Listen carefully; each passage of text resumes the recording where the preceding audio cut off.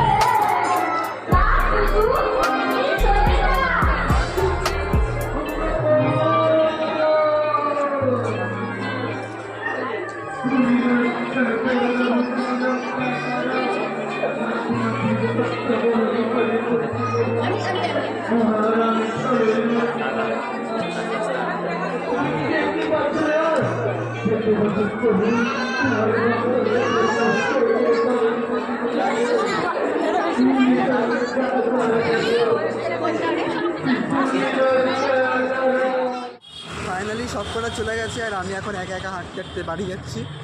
তো অলরেডি মা অনেকবার কল করে ফেলেছে, তো এখন বাড়ি যাচ্ছি। অনেকবার বলেছি যে আমি আছি মাস রাস্তায় আছি, তো মাস রাস্তাতেও নয়, আমি মানে বাড়ির কাছাকাছিও পৌঁছে। তো বলতে হলো আমাকে